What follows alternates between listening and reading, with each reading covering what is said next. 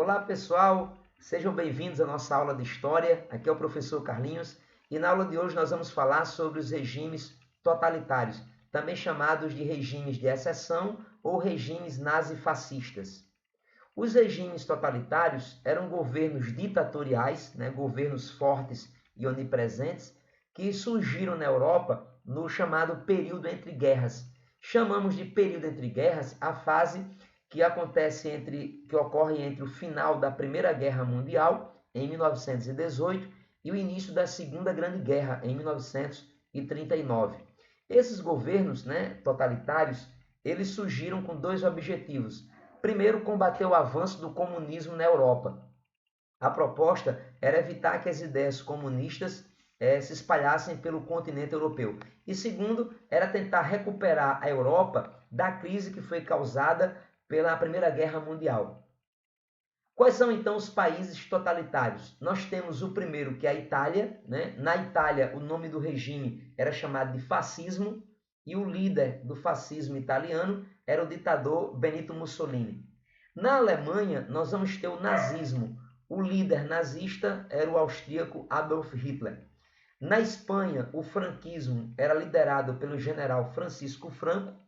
E Portugal tinha o regime salazarista, cujo líder era o ditador Antônio Salazar. O regime de Salazar ele só acabaria em 1974, quando aconteceu em Portugal a Revolução dos Cravos. Foi através dessa revolução que o regime salazarista chega ao fim, em abril de 1974.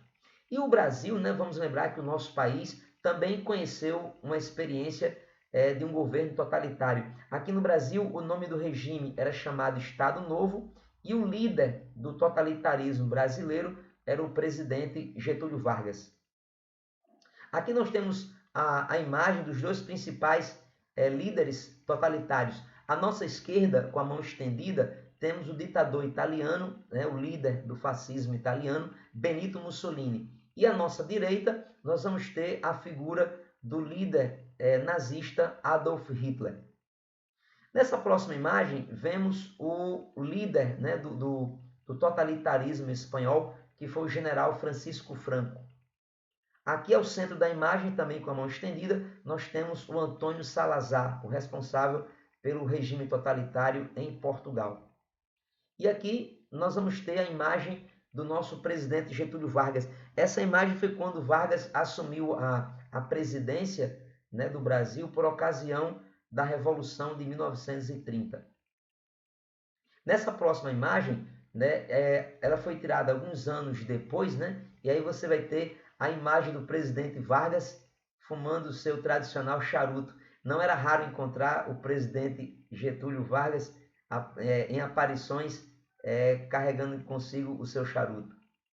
Em 1936, acontece a Guerra Civil Espanhola, um conflito entre o grupo dos republicanos, que defendiam a democracia, contra os franquistas, que apoiavam o general Francisco Franco.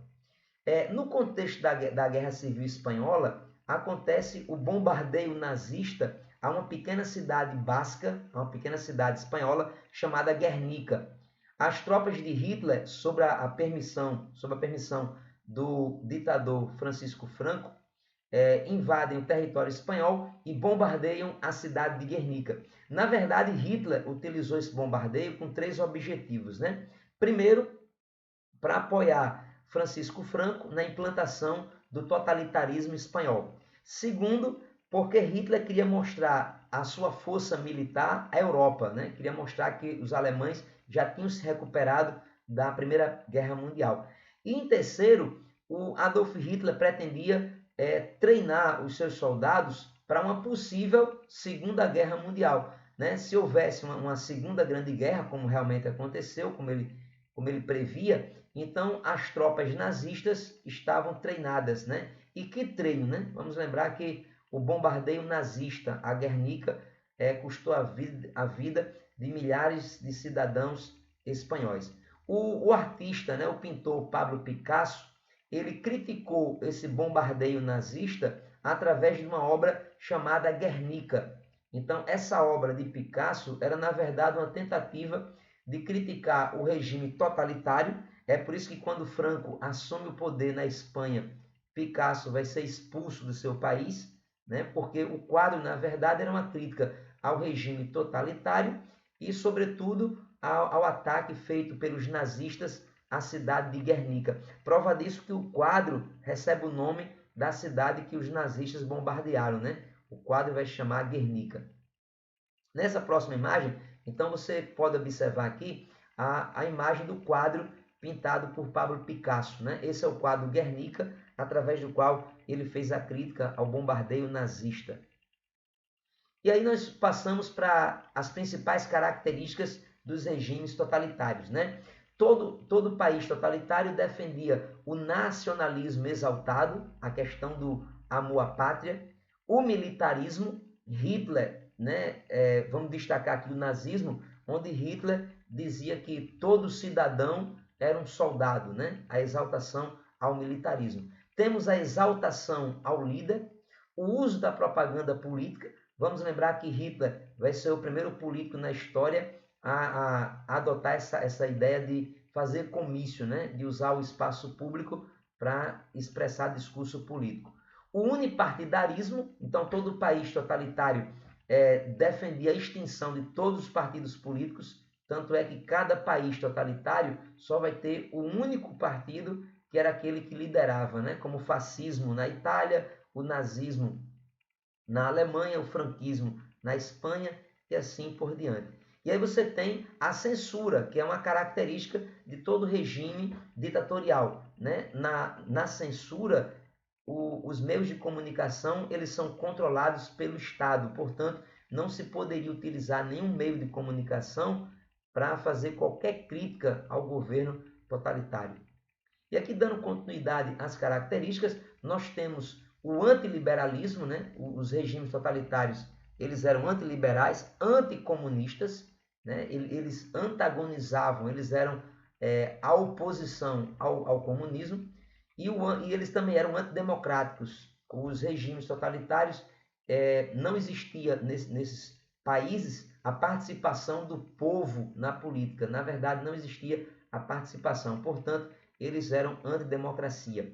E uma característica que se destaca no regime nazista era a exaltação à raça ariana, né, que segundo os nazistas, a raça ariana representava a raça alemã pura.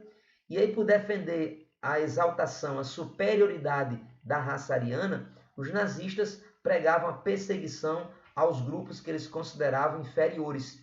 A exemplo disso, nós temos os negros, ciganos, homossexuais e os judeus. O antissemitismo vai ser a perseguição organizada nazista aos judeus. E você tem também a prática do Holocausto nazista, que foi a perseguição do nazismo a esse grupo durante a Segunda Guerra Mundial. Para se ter uma ideia, o Holocausto nazista provocou a morte de 6 milhões de judeus. Nessa imagem, nós vamos ter a apresentação da suástica, que é o símbolo utilizado pelos nazistas. Aqui nós temos a juventude hitlerista, né, com o braço estendido em saudação ao líder, né, ao ditador, a exaltação ao líder Adolf Hitler. Temos aqui, nessa imagem muito interessante, porque vai representar a ideia do uso da propaganda política, né? A noção de juntar a população para que o líder Adolf Hitler pudesse discursar a população alemã sobre política. Nessa próxima imagem nós temos um desfile, né, do exército nazista na cidade de Berlim, e aí se percebe nas bandeiras dos soldados a presença da suástica, né, simbolizando o nazismo. Essa próxima imagem é um grupo de judeus que estava preso num campo de concentração, né? Os campos de concentração eram os locais onde os nazistas prendiam os judeus. Não apenas judeus, né? Os grupos que eles consideravam inferiores. Na próxima imagem, nós temos novamente a imagem de um campo de concentração, só que dessa vez com a presença de crianças. Inclusive, eu aproveito a oportunidade e indico para vocês, para que vocês assistam a um filme chamado O Menino do Pijama Listrado, né? Que retrata um campo de concentração onde tinha a execução de crianças judias. Essa imagem aqui, que é muito forte, né, representa o enterro coletivo que era feito pelos nazistas. Muitas vezes a morte a essas raças que eles consideravam inferiores era de tal modo numerosa que o que acontecia? Não dava tempo de enterrar um por um. Então, os nazistas, ou eles jogavam os corpos em crematórios, ou então faziam enterros coletivos, colocando os corpos em valas. Aqui você tem uma vala aberta, né? E aí colocam-se os corpos daqueles que eram mortos nos campos de concentração. E essa imagem é muito interessante porque ela foi tirada em 1945, no final da Segunda Guerra Mundial. É notório, né, a expressão de alegria desses presos judeus do campo de concentração, só que aqui, evidentemente, a expressão de alegria é a comemoração do final da Segunda Guerra Mundial. O fim da Segunda Guerra representaria o fim do nazismo e, por consequência, o fim dos campos de concentração, né? Quando os judeus e os outros grupos considerados inferiores receberam a libertação. Muito bem, então essa foi a nossa aula de hoje. Muito obrigado pela atenção, pela companhia de vocês. Um forte abraço e até a próxima.